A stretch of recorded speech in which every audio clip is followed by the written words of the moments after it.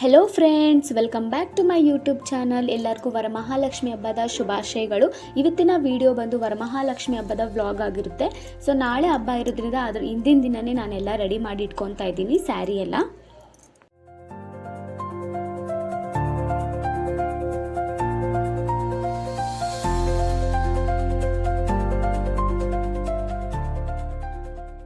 ಎಲ್ಲ ರೆಡಿ ಮಾಡಬೇಕಾದ್ರೆ ನಮ್ಮ ಪ್ರಸಾದು ಸಿಕ್ಕಾಪಟ್ಟೆ ತೀಟೆ ಇತ್ತು.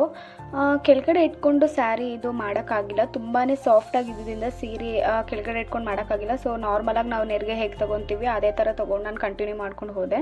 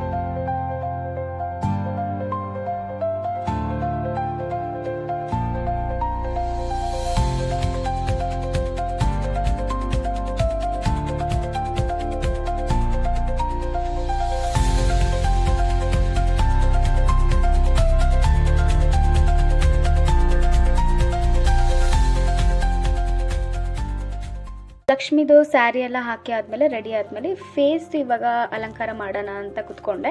ಸೊ ಫೇಸ್ ಅಲಂಕಾರ ಮಾಡಬೇಕಾದ್ರೆ ತುಂಬಾ ಐಡಿಯಾ ಬರ್ತಾಯಿತ್ತು. ಅಂದರೆ ಫುಲ್ ಅರಿಶಿನ ಹಚ್ಬಿಟ್ಟು ಅದ್ರ ಮೇಲೆ ಮೇಕಪ್ ಮಾಡೋಣ ಅಂತ ನೋಡ್ತಾ ಇದ್ದೆ. ಬಟ್ ಅದು ಯಾಕೋ ನನಗೆ ಇಷ್ಟ ಆಗಿಲ್ಲ.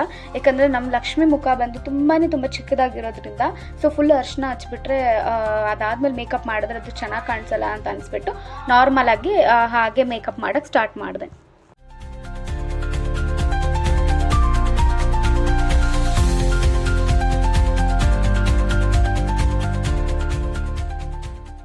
ನಮ್ಮ ಮನೆಯ ಮುದ್ದು ಮುಖದ ಪುಟ್ಟ ಲಕ್ಷ್ಮಿ ರೆಡಿಯಾಗಿದೆ. ಸೊ ಇವಾಗ ಡೆಕೋರೇಷನ್ ಎಲ್ಲ ಕಂಪ್ಲೀಟ್ ಆಯಿತು, ಮೇಕಪ್ ಕೂಡ ಆಯಿತು. ಸೊ ನಾಳೆ ನಮ್ಮನೆ ಲಕ್ಷ್ಮಿ ಬೆಳಗ್ಗೆ ಹೇಗೆ ಕಾಣಿಸ್ತಾಳೆ ಅಂತ ನೋಡೋಣ ಬನ್ನಿ.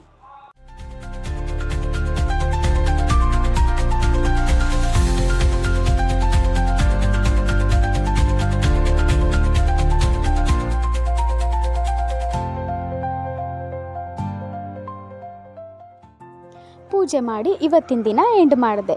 ಈ ವಿಡಿಯೋ ನಿಮಗೆ ಇಷ್ಟ ಆದರೆ ಲೈಕ್ ಮಾಡಿ, ಶೇರ್ ಮಾಡಿ, ಸಬ್ಸ್ಕ್ರೈಬ್ ಮಾಡಿ. Thank you.